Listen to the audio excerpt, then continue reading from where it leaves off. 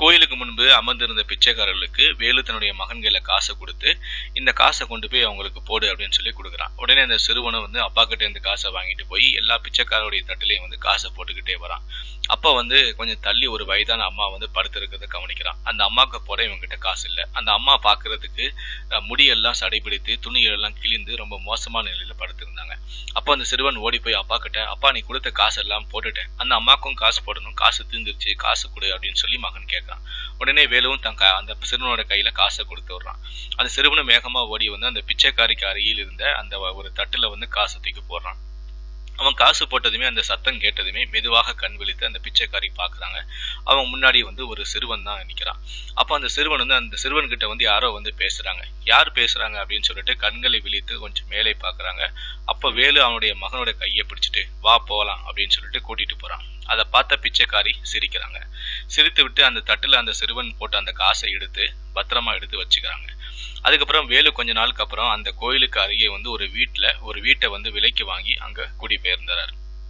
அப்ப புது வீட்டுக்கு குடிபெயர்ந்ததால அந்த கோயிலுக்கு வெளியே இருந்த பிச்சைக்காரர்களுக்கு எல்லாம் கொண்டு போய் பார்சல் சாப்பாடை கொடுத்துக்கிட்டே வரான். எல்லோருக்கும் வந்து சாப்பாடு கொடுத்தான். கடைசியில அந்த வயதான பிச்சைக்காரிக்கு கொடுக்கறதுக்கு அவங்கிட்ட சாப்பாடு பார்சல் தீர்ந்துருச்சு.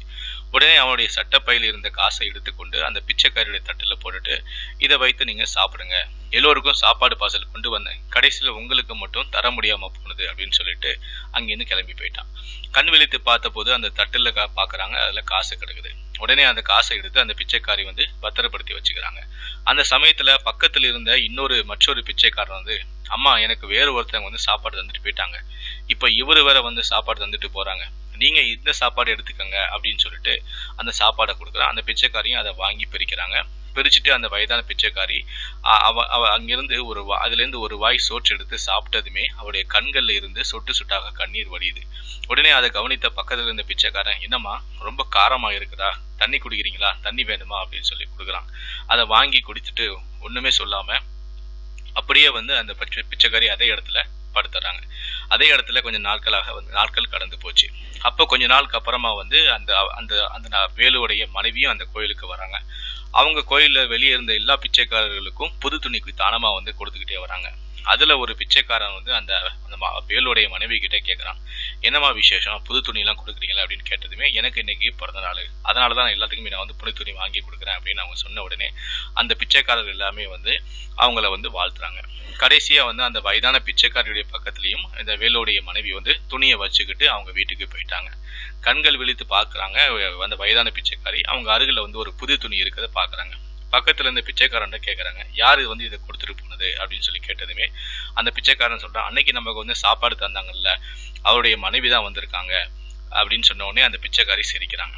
அவங்க நமக்கு எதிர் இருக்கக்கூடிய வீட்டுல தான் வந்து அவங்க குடிபெயர்ந்திருக்காங்க, அவங்க வந்த நேரம் அவங்க நமக்கு நிறைய உதவிகள் வந்து செஞ்சுக்கிட்டே வராங்க அப்படின்னு சொன்ன உடனே அந்த வயதான பிச்சைக்காரி வந்து சிரிக்கிறாங்க. என்னம்மா எது சொன்னாலும் சிரிச்சுக்கிட்டே இருக்கீங்களே என்று அவன் பிச்சைக்காரன் கேட்கான். ஒரு நாள் அந்த பிச்சைக்காரி வந்து ஒரு பேப்பர் எடுத்து ஏதோ எழுதுறாங்க. அதை பார்த்து அந்த பக்கத்துல இருந்த பிச்சைக்காரன் கேட்கறான், என்னம்மா நீங்க எழுத படிக்க தெரிஞ்ச பிச்சைக்காரியா அப்படின்னு கேட்ட உடனே சிரிச்சுக்கிட்டே அந்த அம்மா இருந்தாங்க. வயதான பிச்சைக்காரிகளுக்கு நிறைய பேருக்கு எழுத தெரியும்பா தம்பி அப்படின்னு சொல்லிட்டு சிரிச்சுக்கிட்டே அந்த அம்மாவும் பதில் சொன்னாங்க. போமா உங்களுக்கு விளையாட்டா போச்சு, எதை கேட்டாலும் சிரிச்சுக்கிட்டே இருக்கீங்கன்னு சொன்னான். கடைசியில அந்த லெட்டர் எழுதி முடிச்சுட்டு அந்த பக்கத்துல இருந்த பிச்சைக்காரங்கிட்ட அந்த அம்மா சொல்றாங்க, எனக்கு ஒரு உதவி புரிய முடியுமா அப்படின்னு சொல்லி கேட்கறாங்க. என்னம்மா சொல்லுங்கம்மா அப்படின்னு கேட்கறான். உடனே இந்த வயதான பெண்மணி சொல்றாங்க, இந்த காகிதம் வந்து என்னுடைய பையில தான் இருக்கும், ஒருவேளை நான் திடீர்னு இறந்து போயிட்டா நமக்கு வந்து சாப்பாடு கொடுத்தாருல ஒரு ஆளு, ஆமா அந்த நபர்கிட்ட கொண்டு போய் இந்த கடிதத்தை இந்த லெட்டரை நீ கொடுத்துட முடியுமா அப்படின்னு சொல்லி கேட்கறாங்க.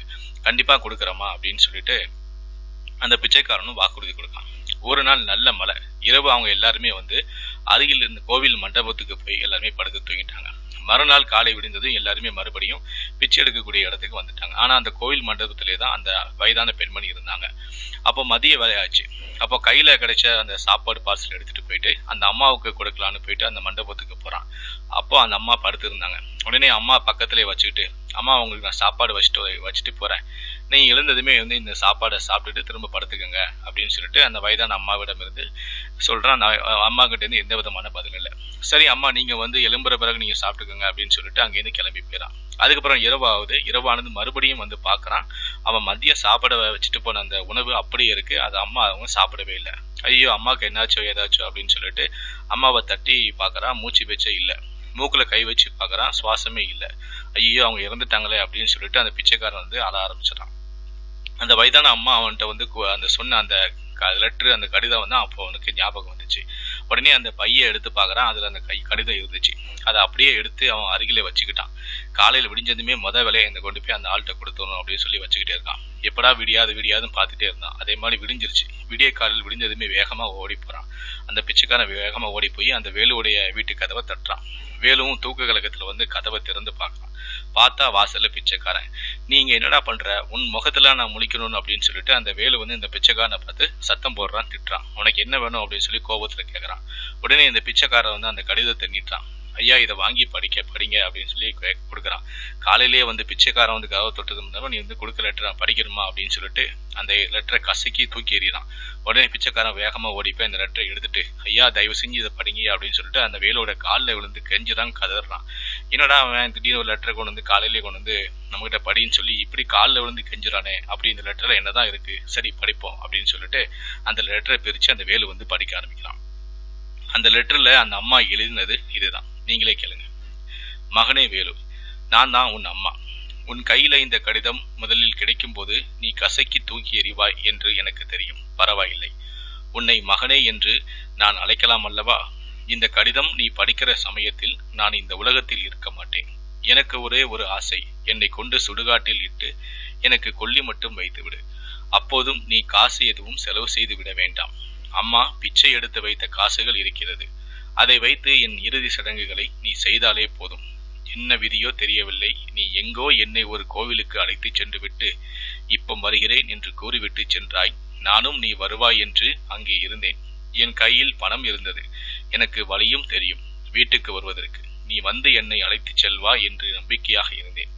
கடைசியில் தான் தெரிந்தது நான் உனக்கு பாரமாக இருந்ததால் தான் நீ என்னை திரும்ப அழைக்க வரவே இல்லை என்று. ஒவ்வொரு இடமாக நான் அலைந்தேன். கடைசியில் தான் நான் பிச்சை எடுக்கும் கோவிலில் உன் மகன் கையால் எனக்கு பிச்சை இட்டாய். எனக்கு சோறும் இட்டாய். கடைசியில் என் எதிரே உள்ள வீட்டிலேயே குடியும் பெயர்ந்தாய். விதியின் விளையாட்டை பார்த்தாயா மகனே? உன் மகன் எனக்கு இட்ட பிச்சை காசில் அரிசி வாங்கி உன் மகன் கையால் எனக்கு கடைசி வாய்க்கரிசி போட்டுவிடு. உன் மனைவி எனக்கு தானமாக தந்த துணியும் இருக்கிறது. அதை எனக்கு உடுத்திவிடு. என் இறுதி நாளில் நீ எனக்கு சாப்பிட தந்த காசை எடுத்து என்னை கொல்லி போட எடுத்துக்கொள் மகனே. உனக்கு பால் தந்த என் மார்பின் காம்புகள் வலிக்கிறது. அடடா மகனே, நீ பிச்சையாக இட்ட சோற்றை உண்ட பொழுது எதுவோ கடைசியில் என் உயிர் போகும்போது அந்த கடவுளிடம் வேண்டிக் கொண்டேன் என்று பிள்ளை அறியா தவறு செய்து விட்டான். அவனையும் என்னை போல அவனது மகன் கோவிலில் கொண்டு போய் விட்டுவிட்டு சென்று விடக்கூடாது என்று. நான் பெற்ற மகனே வேலு, எனக்கு உன் கைகளால் கொல்லியிட்டு விடு கண்ணா. உன் நெற்றியில் இந்த அம்மாவின் கடைசி முத்தம் என்று எழுதியிருந்த வழிகளை கண்டதும் கண் கலங்கி அப்படியே ஓடினான். என்னை மன்னித்து விடு அம்மா, எனக்கு பால் ஊட்டியவளுக்கு தட்டில் பிச்சை போட்ட பெரிய பாவி என்று அழுது கொண்டே அவன் தாயை அங்கிருந்து எடுத்துச் சென்றான். அவள் ஆசைப்பட்டது போல அவன் கைகளால் கொல்லியும் இட்டான். வேலுவின் அம்மாவை போன்று இன்னும் எத்தனையோ அம்மாக்களின் ஆசைகள் கடிதங்களாக ரோட்டில் உறங்கிக் கொண்டுதான் கிடக்கின்றன. இப்போது உள்ளவர்கள் தாய்ப்பாலுக்கும் விலை ஒன்று கொடுத்து விடலாம் என்று எண்ணி இது போல பல செயல்களையும் செய்து வருபவர்களுக்கு இந்த வீடியோ ஒரு உதாரணமாக அமையட்டும். இந்த வீடியோவை பற்றிய உங்களுடைய கருத்துக்கள் என்ன அப்படிங்கிறத கீழே இருக்கக்கூடிய கமெண்ட் செக்ஷன்ல மறக்காம சொல்லுங்க. முடிந்த அளவுக்கு இந்த வீடியோவை மற்றவங்களுக்கும் ஷேர் பண்ணுங்க. நன்றி, வணக்கம்.